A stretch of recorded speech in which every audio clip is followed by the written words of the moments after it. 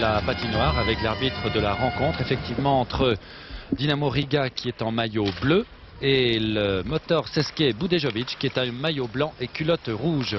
Le match a commencé depuis 1 minute et 42 secondes exactement. Vous voyez que vous n'avez pas perdu grand chose de cette rencontre. C'est donc la finale, comme le vous disait Daniel Casal, de ce tournoi de Paris Trophée Antenne 2 entre deux équipes de très bon niveau qui font partie l'une et l'autre de leur championnat national respectif où elles sont extrêmement bien placées. Et dans l'équipe tchèque, eh bien, vous verrez notamment, il faudra suivre le numéro 20, il s'appelle Jiří Lala et c'est un des meilleurs joueurs du monde. Il a été sacré 2e meilleur marqueur des derniers championnats du monde qui se sont déroulés au mois d'avril dernier à Prague. La Tchécoslovaquie ayant été là sacrée championne du monde. Alors que l'Union soviétique perdait son titre. L'Union soviétique est représentée ici par le Dinamo Riga, une des meilleures équipes du championnat national soviétique derrière le Dynamo de Moscou et le Spartak de Moscou.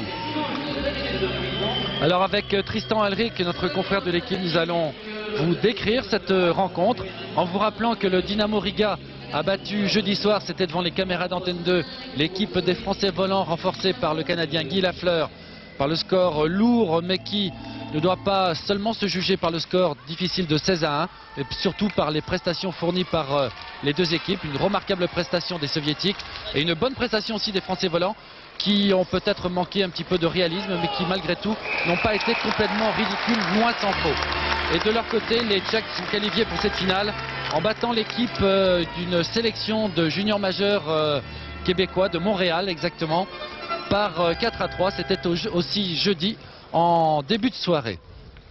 Pour le moment, ce sont les Soviétiques qui sont à l'attaque qui sont dans la zone d'attaque des Tchèques. Et un tir du numéro 10 soviétique Durdin qui est passé à côté de la cage du gardien tchèque Goula. Toujours les Soviétiques à l'attaque alors que se déroule actuellement la composition des équipes. Toujours les Soviétiques en possession du palais qui ont pour principale qualité de bien dérouler leur jeu de très loin, c'est-à-dire qu'ils commencent leur attaque dès leur zone de défense et ils ont toute la patinoire pour s'organiser. C'est une des caractéristiques du jeu de l'Union soviétique mais aussi du jeu tchèque. Et un tir de Matichin qui passe à côté. Alors qu'il y a un joueur tchèque qui est en prison. En l'occurrence le numéro 17 Jun et que donc les Soviétiques sont en supériorité numérique. Et que les Tchèques là peuvent se dégager. Il n'y a pas de dégagement interdit, c'est-à-dire que les Tchèques à 4 ont le droit de dégager très loin le palais sans qu'ils soient sanctionnés. Toujours Matichin pour Brejgin avec Abalmasov à l'aile droite. Abalmasov à nouveau qui revient vers le centre. Ah, c'était un joli palais pour Matichin qui avait un trou mais qui a tiré à côté. Ça revient vers l'arrière.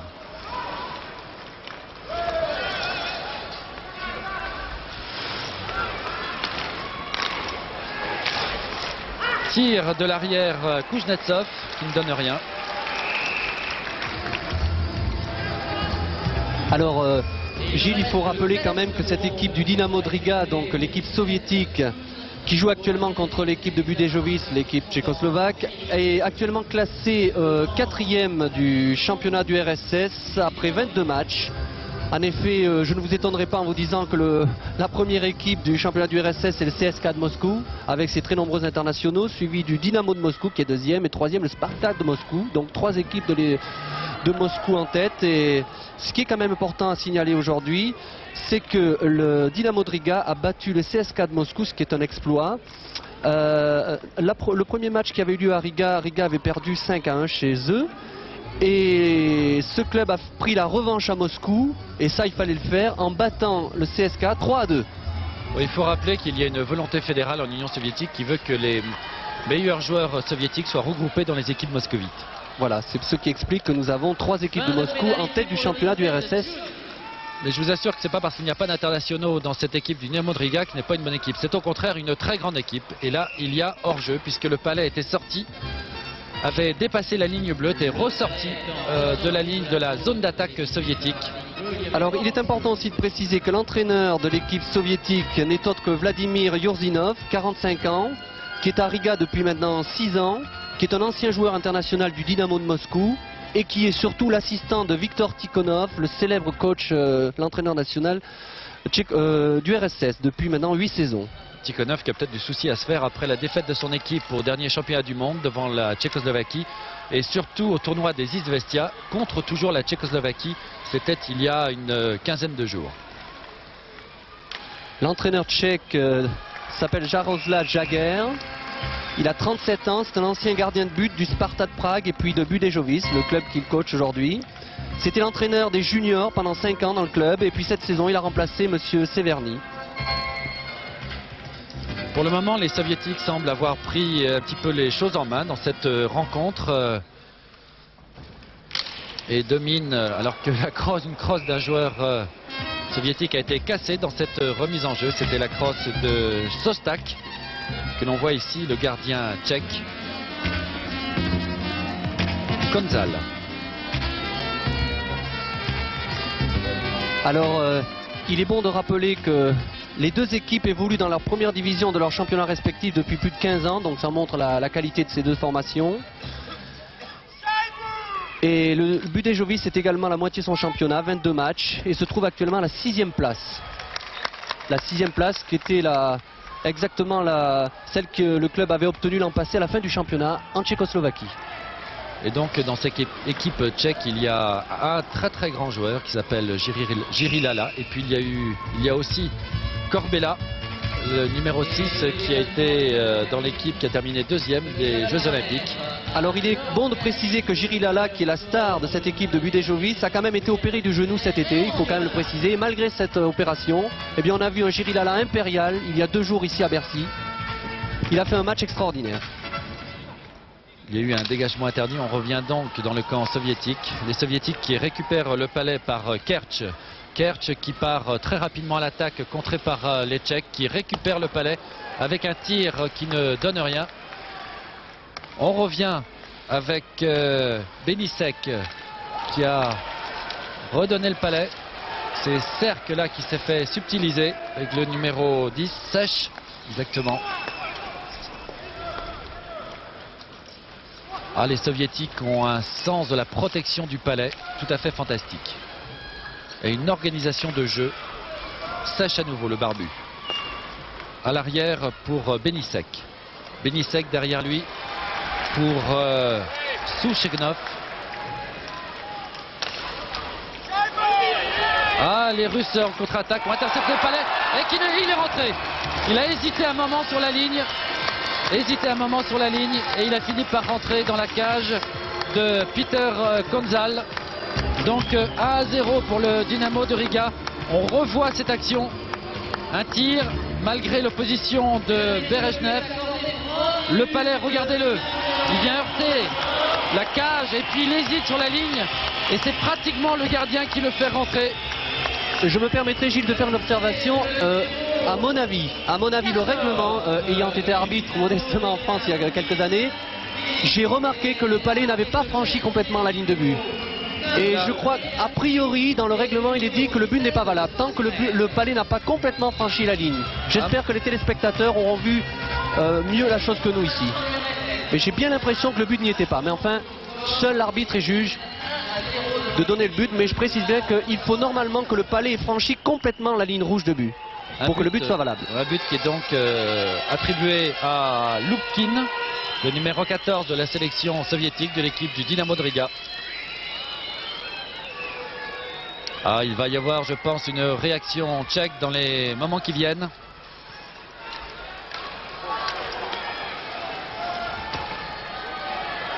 Avec Klasil là, qui passe au centre pour personne. Récupération tchèque malgré tout à l'arrière.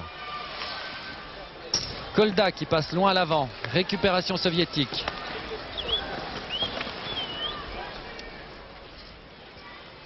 Skosirev qui se fait coincer.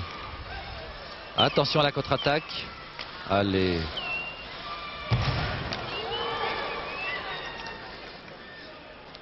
Un match comme on le voit qui... Ejna qui se bat tout seul. Ah, il ne passe pour personne. Et les Russes sont récupérés. Oui, je disais, un match qui, comme on le prévoyait, est assez tendu, c'est normal. URSS Tchécoslovaquie, c'est toujours un duel assez serré. Et il faut dire qu'en plus les Soviétiques cette année n'ont pas eu beaucoup de chance avec les Tchèques. On s'en est rendu compte. Battu au championnat du monde, battu au tournoi des Izvestia. Ça, je dois dire que c'est pas l'année soviétique, l'année 1985. Alors actuellement, on voit sur l'écran les joueurs tchèques. Budějovice qui est une équipe d'une moyenne d'âge de 26 ans.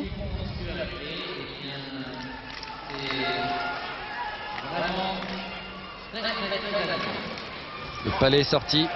C'est le numéro 15, Liska, qui est récupéré, qui se fait contrer. Il récupère quand même une deuxième fois. Son tir est arrêté par le gardien soviétique.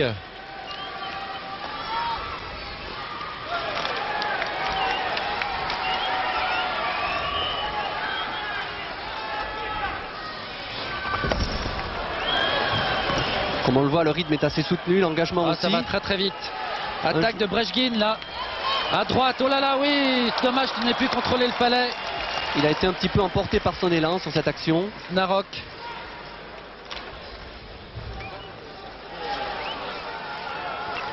Pour l'instant, les Soviétiques reviennent vers l'arrière pour se réorganiser et changer de ligne. Contre-attaque de Sipichin, un des joueurs les plus dangereux de cette équipe soviétique, contré par Benisek. Il était bien seul dans le coin.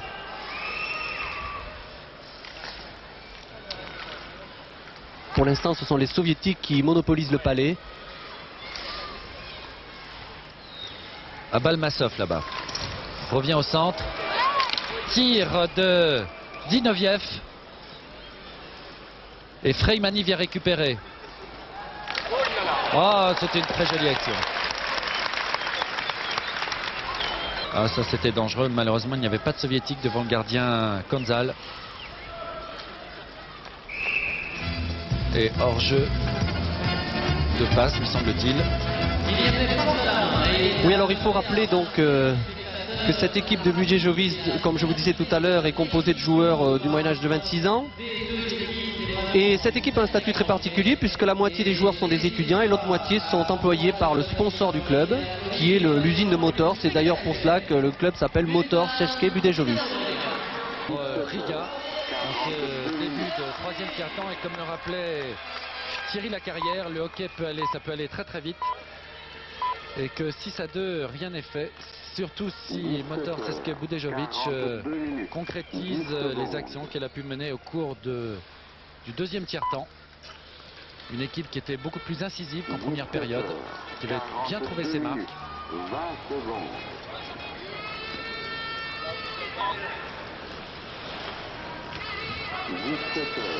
Récupération soviétique à l'arrière, et toujours on repart de là et on s'organise. Passe de Matichin sur l'aile gauche pour Brejgin qui a été intercepté. On essaye de récupérer le palais le long de la balustrade avec Kolda qui a accompli le travail. Et c'est Jerry Lala qui récupère, qui attend que ses joueurs se replacent. Et il revient en arrière. Soviétique change de ligne pendant ce temps-là. Sèche. Lala à nouveau. Lala qui fait un numéro là tout seul. Mais il n'arrive pas à avancer. Les Soviétiques sont très pressants. Attention à l'interception à ce moment-là. Sèche tout seul. Et Lala qui revient sur le banc. Et les Soviétiques là qui repartent à l'attaque. Mauvaise passe là et le palais est ressorti. Et tout le monde là, tous les joueurs bleus doivent quitter la zone d'attaque. Mais ça repart rapidement comme vous le voyez.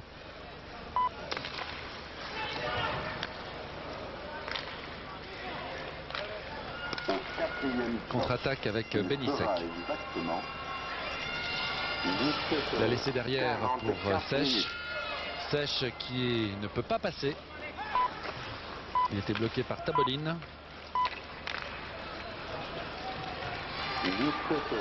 44 minutes. Intervention du gardien.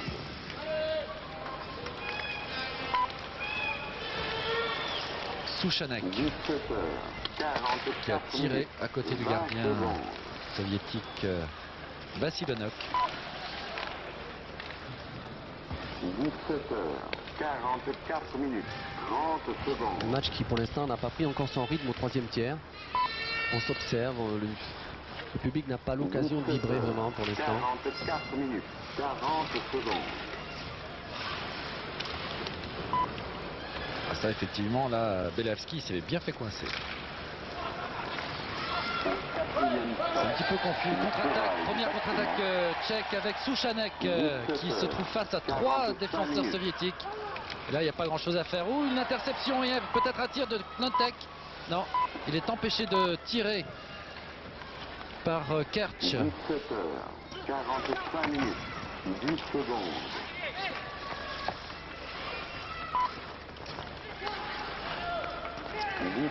Et les soviétiques, comme vous le voyez, sont toujours maîtres du palais en zone de défense et ça permet maintenant voilà, de changer de joueur. 17h45 minutes. 30 secondes. La combinaison avec Knotek et Liska. C'est Liska qui a le palais. Knotek qui vient à la rescousse. 40 secondes. Et Voilà, le palais palais injouable. est injouable. Donc il va y avoir une remise en jeu. Alors je ne sais pas si nous l'avons signalé, mais enfin je le redis, il y a un joueur qui a eu des problèmes ici dans ce tournoi. Il s'agit du numéro 6 Corbella, oui, qui a été blessé à la 12e seconde seulement du premier match contre la sélection de Montréal et qui donc ne joue plus ici. Mais ce qui est plus grave, c'est qu'il est pratiquement, forfait pour toute la saison à Budejovic puisqu'il il souffre d'une déchirure des ligaments du genou. Ah, une très belle attaque du soviétique Skosirev et une parade de Goula qui cette fois-ci a dû se faire 20 secondes. semoncer dans les vestiaires pour les 2 buts qu'il avait encaissés au cours de la deuxième période. Là, il coince le palais sous 30 secondes. ses jambières et dans son gant. 17h. Alors qu'on discute là sur cette mise au jeu. Sur la position des joueurs. Voilà, il faut savoir que la mise au jeu ne peut être effectuée que tous les joueurs doivent être en dehors du rond. La mise au jeu, il n'y a que les 2 joueurs qui s'occupent du palais. Au 4e stop. Tir instantané de Belavski à côté. 17h. C'est Skosirev qui a récupéré. Aïe aïe aïe, quelques erreurs de défense des Tchèques là qui laissent passer un palais qui venait tout droit vers Semeržak. Semeržak heureusement n'a rien pu faire. C'est confus là. 47 minutes. 10 secondes. Kolda sort son équipe. Kolda 17h. et c'est Soudek qui récupère. 20 secondes. Avec Lala maintenant. Là, il essaye de réorganiser un peu son équipe. C'est vraiment le maître à jouer dans cette formation. 30 secondes. Ah, il est vraiment un tour au-dessus Lala. C'est le chef incontesté de cette équipe de Budejovic. Ah, il y a un essai de passe de Ejna vers Tlasil qui n'a rien donné. Interception d'une passe de Kolda et un tir de Matichin. Matichin qui était un des grands hommes du match l'autre jour contre 17h. Grandby. 48 minutes. Les Bisons de Grandby. Vous ne le voyez pas sur l'écran, mais les équipes ont de nouveau effectué des changements volants. Comme ils en ont le droit. Comme elles en ont le droit, elles peuvent changer à tout moment leur joueur sur la glace. Et hors jeu. 5 minutes à jouer. 5 minutes déjà. 48 minutes. Et toujours 6-2 pour le Dynamo de Riga. Qui s'achemine tout doucement mais sûrement vers une victoire dans ce trophée Antenne 2. 48 minutes. Ce tournoi international de Paris.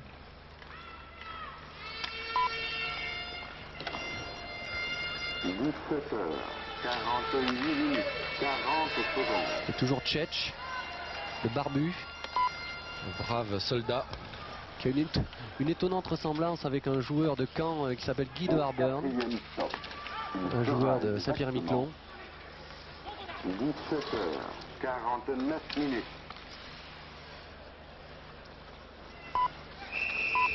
Hors-jeu signalé par l'arbitre. 17h, 49 minutes, 10 secondes. On a l'impression un petit peu, Gilles, que 17 heures, ces Tchèques 49 minutes, ne sont pas 20 très secondes. motivés. Il faut dire qu'avec le score de 6-2, c'est difficile pour eux de croire encore à la victoire, mais on attendait peut-être un peu plus de hargne vis-à-vis de leurs adversaires. Montre le niveau, le rythme de Dynamo de Riga est impressionnant. Et la cohésion de l'ensemble de ces joueurs, c'est quelque chose de 17 phénoménal. heures, 49 minutes, Regardez la 40 combinaison secondes. entre Sostak et Kerch, tout à fait étonnante. Récupération de Taboline, qui a très vite passé de l'autre côté pour Berezhnev. Il sera Palais qui va être exactement récupéré par 17 Doudine. heures, 50 C'est le minutes. Tchèque finalement qui réussit à récupérer ce palais. Regardez bien ce numéro 6 bleu là que vous avez devant vous, qui vient de prendre un coup là sur l'estomac. C'est un futur très grand joueur dans l'Union soviétique qui s'appelle Kerich. C'est le plus jeune joueur de cette équipe, 17 ans. 10 secondes. Kerich, vous dites-vous. Oui. Un très grand joueur, un futur très grand joueur. Il porte une grille, facilement reconnaissable. Numéro 6. 50 minutes, 20 secondes.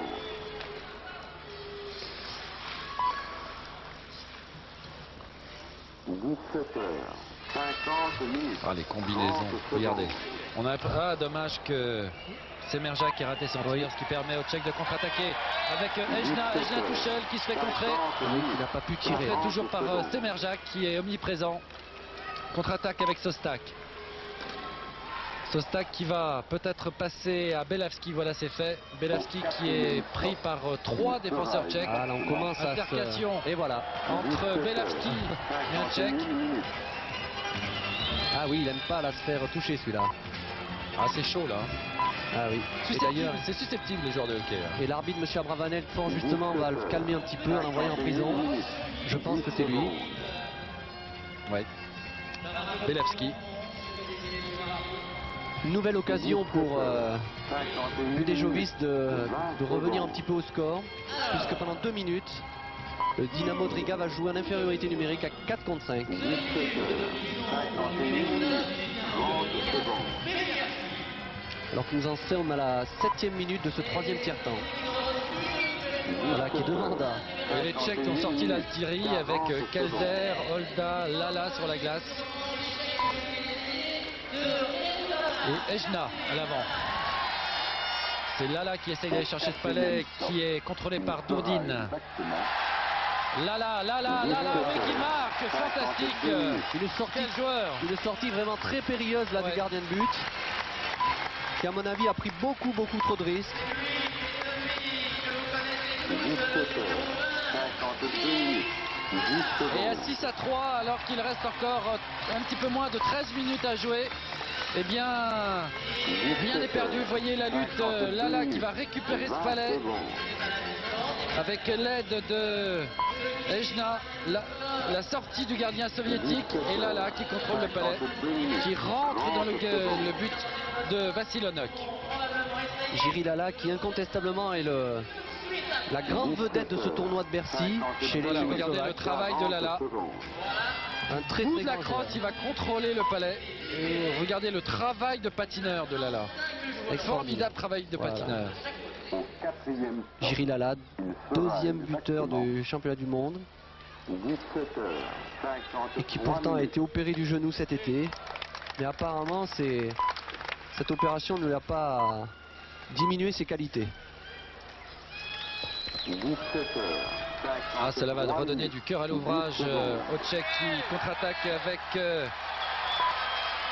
Klasil, contrôlé 17 par heures, les Soviétiques. 53 minutes. Ojna qui 20 vient récupérer secondes. ce palais pour Tlalsil. 17 heures, 53 minutes. 30 secondes. Une nouvelle opportunité là pour le soviétique. Je peux vous dire que là Très encore le dangereux. gardien a fait une petite faute qu'il a pu rattraper au dernier 53 moment. minutes. 40 secondes. Un très beau travail de Frolikov, numéro 27. Il faut faire très attention décidément avec ces soviétiques. Dès que vous leur laissez 1 millimètre de glace tout seul, ils en profitent Il sera exactement 17 heures, pour essayer de les 54 battre. Il minutes. faut vraiment les marquer au maximum, essayer de ne pas les laisser jouer. Et je crois que c'est très difficile à ce niveau-là. 17h54 minutes, 10 secondes. Novak qui a relancé, mais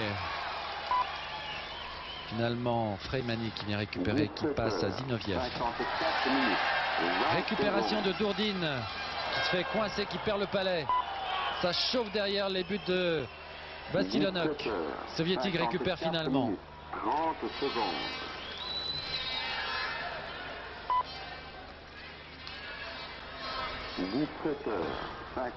Zinoviev va passer loin là-bas pour Pavlov. Pavlov qui était écarté du jeu. Ça revient à l'arrière. Attention au tir de Berejnev. Taboline qui est récupéré. Exactement. 17h55 minutes. Sèche.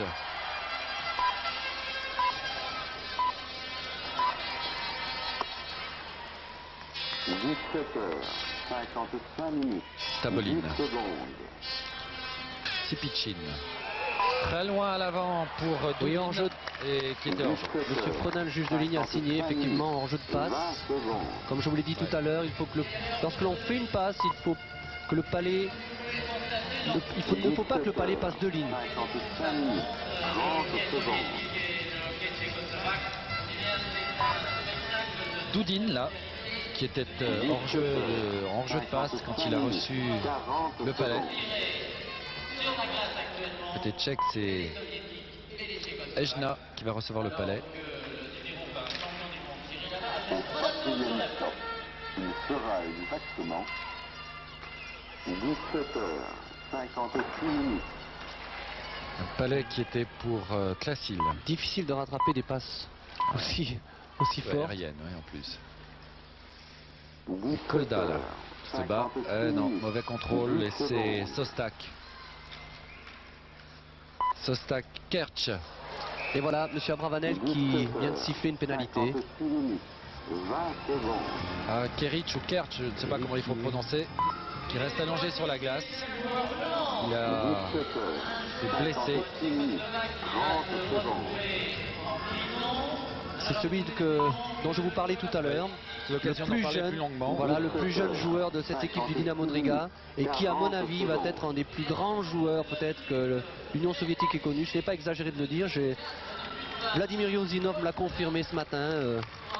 C'est un très très grand espoir du hockey soviétique. Il sera exactement Et c'est donc Kolda qui part 4 minutes en prison pour la Tchécoslovaquie. Voilà, on revient sur l'action qui a valu les 4 minutes de prison à Kolda. 57 minutes. 10 secondes. Regardez. Avec la pointe de sa crosse, il le fait tomber. 57 minutes. 20 Bien vu, secondes. monsieur l'arbitre. Ça sera difficile maintenant pour Budejovic de... Beau bébé, ce Kolda. Ouais. Très jolie moustache. Et Tchèque à nouveau en infériorité numérique. 30 4 contre 5. Gagne un petit peu de temps. Ah, c'est mauvais, là. Il s'est remonté un but au cours de ce troisième tiers-temps. 57 minutes. 40 secondes. Comme on dit en Et à question. 5-4, ça va être difficile. Voilà, comme on dit en... Ah, belle intervention de Tlassil qui a intercepté une passe, mais ce n'est qu'un feu de paille. Les Soviétiques ont repris les choses en main, semble-t-il. C'est Calder là-bas qui est à la lutte contre 3 Soviétiques. Tlassil qui revient.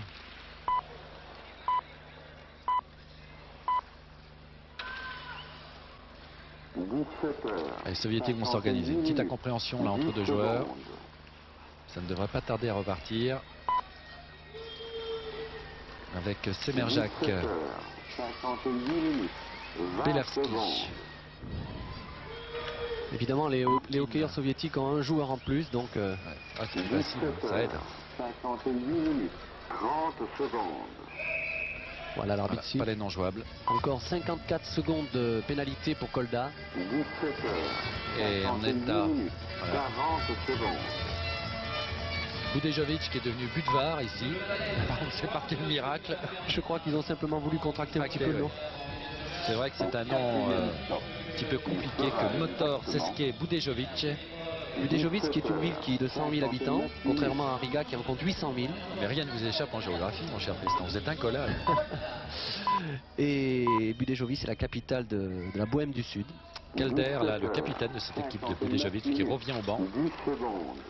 Ah, dommage que Kuznetsov n'ait pu contrôler ce palais parce qu'il faut maintenant revenir en arrière. 17 heures. Tout le monde ressort de la zone d'attaque et réorganiser le jeu pour une nouvelle attaque.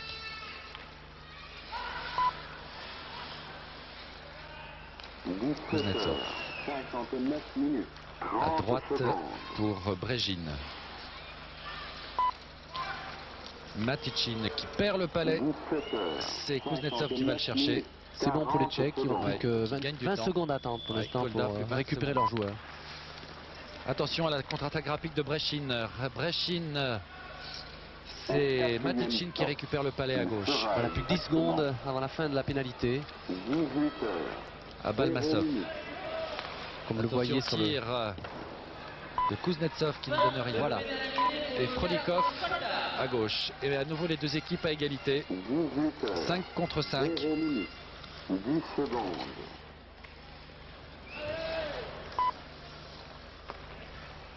Frolikov. 18 heures. 0 minutes. Pour Zinoviev qui fait une passe au centre.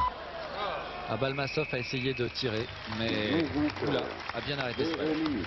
Une petite mêlée, on a vu une petite mêlée là, dangereuse devant le gardien de but, mais finalement il a réussi à récupérer ce palais. 18 heures. Et Tchetch là devant vous, 0 minutes. 40 secondes. le vétéran qui prouve qu'à 35 ans on peut toujours bien jouer au hockey sur glace. C'est un petit peu le cas de notre grand joueur en France qui est André Pelofi, qu'on peut saluer ici, qui est capitaine de l'équipe de France et qui a 34 ans et encore à un niveau extraordinaire. 18 heures. Des André meilleurs Pelofi, joueurs, sans doute, des absolument. meilleurs joueurs évoluant en France. Voilà, Pelofi qui joue avec Saint-Gervais, qui va d'ailleurs demain soir diriger cette équipe nationale de l'équipe de France dans le tournoi international de Saint-Gervais. Tchèque 1 minute. avec 10 Tlasil. Tlasil qui est un petit peu isolé. Et c'est Freimani qui a récupéré avec Zinoviev. 18 heures. 1 minute. Snarok 20 secondes. à nouveau Souchanek. Et un tir de 18 Calder, heures. 1 minute. capitaine. 30 secondes. Calder. Non, c'est récupéré côté soviétique par Sipichin. 18 heures. A lancé très loin vers l'avant 40 secondes. Snarok. C'est récupération tchèque. C'est de s'organiser avec Souchanek. Souchanek qui va se faire coincer. C'est fait. 4e stop. Récupération de Zinoviev. Exactement. Zinoviev qui change d'aile. 18 heures. 2 minutes. Oh là là, la combinaison entre Sipichin et Pavlov était dangereuse. Alors qu'on vient de s'apercevoir, deux joueurs se sont 18 échangés heures. quelques coups là, 2 derrière minutes. l'arbitre. Il n'a rien 10 vu. secondes. Ah, il faut avoir les yeux partout au hockey sur glace. Ouais. Ça va tellement vite. 18 heures. 2 minutes. 20 secondes. Ah oui, c'est difficile. hein. C'est dur. 18 heures. 2 minutes. 30 secondes.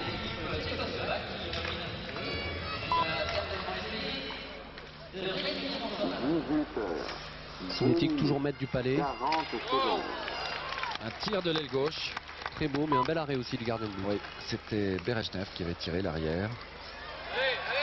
Récupération tchèque avec Knotek. Exactement. Soutenu par le public de Bercy. Ouais. Ah, la défense soviétique est omniprésente. Récupération de Kerch. Pour Tabolin. Belavski. 3 minutes. Sostak. 10 secondes. Récupération tchèque avec Novak. Pour Liska. Liska qui a passé un défenseur soviétique 3 minutes. qui se fait coincer. Et l'arbitre fort justement à siffler, palais injouable. 18 heures. Des choses extraordinaires, le palais des sports de Bercy continue à se remplir au fil des minutes, même pendant ce match. On va atteindre, je pense, les 10 000 personnes bientôt pour certainement. Français volant et les Bisons de Grande-Vie tout à l'heure à 18 h. Ça va être du beau hockey. 4 minutes. Attaque de Skosirev. Récupération Loupkin. Loupkin pour Belavski. 18 heures. 4 minutes. Bien arrêté, monsieur Goula, 10 secondes. gardien. Et Kolda n'était pas content du tout. Il l'a fait savoir à son vis-à-vis. 18 heures. 4 Il est minutes. vrai qu'en hockey sur glace, un défenseur n'aime pas qu'on touche à son gardien de but. Ah, une nouvelle erreur là. Ah oui, les buts solitaires de Skosirev. Une grossière erreur là de la défense, ouais. Ouais, oui. On va le revoir certainement au ralenti. Ouais. Ah, il s'est baladé et même Voilà. il a marqué en revers de crosse, je crois, regardez. 4 minutes. 40 secondes. Voilà, tout seul. Tout seul, avec une main, regardez. Ça, Il faut avoir un sacré poignet là. hein. ouais, parce que là, avec pratiquement Ouais. en cuillère, comme ça, en tenant sa crosse, pas mal. Au 4e stop. Donc but pour Skosirev, que l'on va revoir avec la caméra que Jean-René Bivet a placée dans l'angle de la patinoire. Regardez, avec une seule main, Et l'addition se corse là, 7 7 à 3. Alors qu'il reste encore 6 minutes à jouer, un petit peu moins, avant la fin du 5 match. minutes. 10 secondes. L'Union soviétique aura eu au moins une compensation cette année, c'est de gagner le tournoi international de Paris. 20 secondes. Ah, c'est déjà pas mal, hein. Ouais. Ah, le rêve, ce serait d'organiser à Paris un grand tournoi avec des équipes 30 professionnelles, secondes. canadiennes notamment. Encore que le problème des professionnels canadiens, c'est qu'ils ont une longue saison, américains ou canadiens, ils ont une longue saison 18 heures. qui va de septembre-octobre jusqu'en mai. Justement, à ce sujet, j'ai discuté avec Guy Lafleur et il m'a confirmé qu'il était possible de pouvoir éventuellement faire venir 4 équipes professionnelles du Canada et des États-Unis au mois de septembre. Ouais, ça, il faudrait trouver les sponsors pour et Voilà. je pense que ce n'est pas une opération gratuite. Mais c'est une Ok, idée qui va Yarka. peut-être faire son chemin. Ah, très belle combinaison avec le Tchèque Souchanek là, qui du revers de crosse a essayé de tirer vers Vassilenok, ça n'a rien donné. Il passe Au formidable. but soviétique de Frolikov qui s'est retrouvé tout seul isolé devant Goula. Cela va faire 8 à 3 maintenant. Une passe extraordinaire, vous allez voir certainement. Regardez cette passe, regardez. Une La passe longue- de Lachine Voilà, pour regardez. Frolikov qui était à la limite de la ligne bleue Voilà, et qui bat Goula. je crois que tout le secret du hockey soviétique est là. C'est une anticipation extraordinaire sur toutes les actions. Et une précision extraordinaire des passes. Voilà, regardez ce joueur qui était très très bien placé tout seul sur la ligne bleue et qui n'avait plus qu'à tirer. Remarquez, il fallait le faire aussi. Au 4e Et voilà, stop. il fallait rentrer. Il sera exactement 18 heures. 7 Une minutes. très très belle passe. Et 8 à 3 pour le Dynamo de Riga. Alors que l'énorme chronomètre de Palais des Sports de Bercy indique là 15 minutes et 43 secondes de jeu. 18 heures. 7 Les Tchèques qui vont minutes. essayer de ressortir de leur zone de défense là. Voilà qui est fait.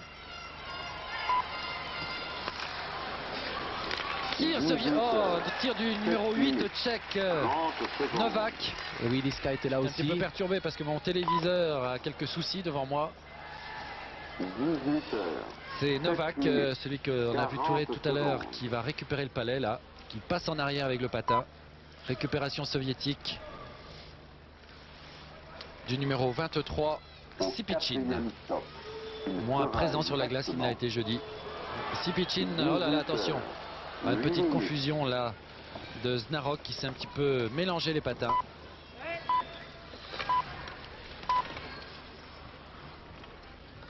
exactement. 18 heures. 8 minutes. 10 secondes.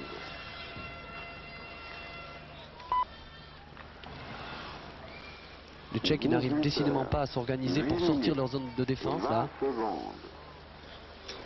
Lala qui va essayer de rameuter sa troupe un petit peu. 18 heures. 8 minutes. 30 secondes.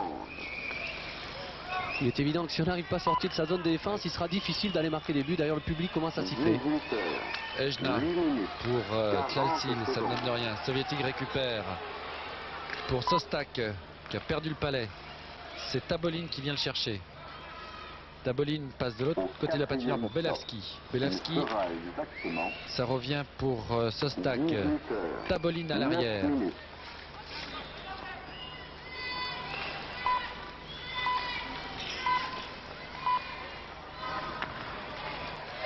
18 heures. 9 minutes. C'est un peu confus ce qui se passe sur la patinoire actuellement. Ouais. C'est Kolda là, pour les Tchèques. Une nouvelle Passé percée. à Tlaçil. Tlaçil isolé. 9 minutes. 20 secondes. Et les Russes récupèrent le palais, non. Toujours une bagarre de rue là, ce qui se passe de l'autre côté de la patinoire. 9 minutes. 30 2 secondes. minutes à jouer pour la fin de cette rencontre entre le Dynamo de Riga et le Motor CSKA Budejovic. 18 Et les soviétiques 9 avec minutes. Kerich 40 ou secondes. Kerich au choix qui ont le palais. Belevski et Sostak Au 4e stop.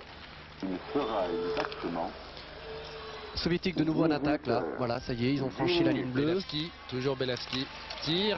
Oh là. Oh. Et le gardien a arrêté le palais, mais il ne savait plus où il était. Il était juste à ses pieds, il ne le voyait plus. Ça, c'est extrêmement dangereux. Croyez-moi, le gardien de but là a eu une énorme frayeur parce 10 que minutes. il savait pas où était le palais. Il s'est couché au dernier moment. Je pense qu'on va peut-être le revoir.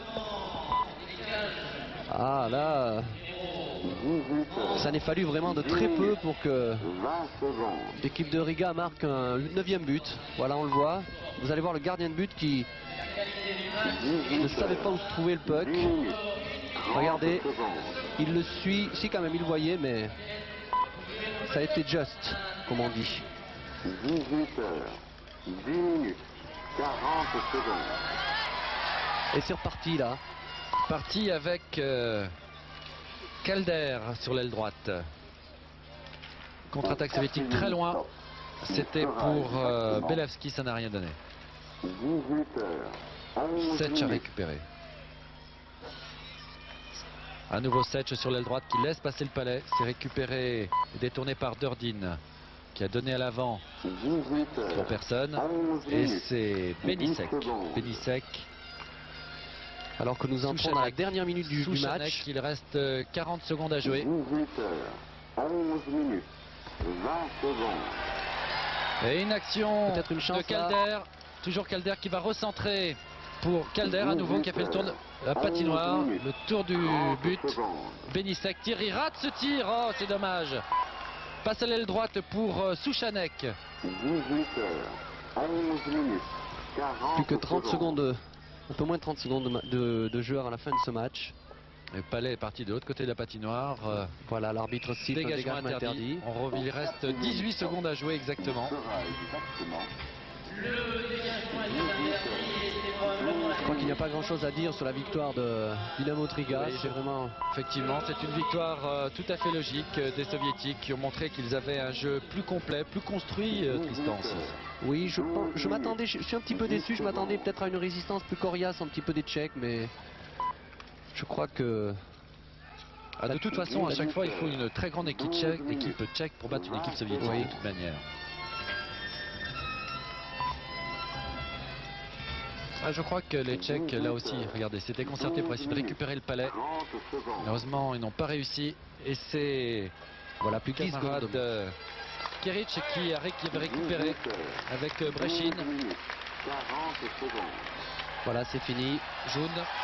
Et le match se termine, c'est fini.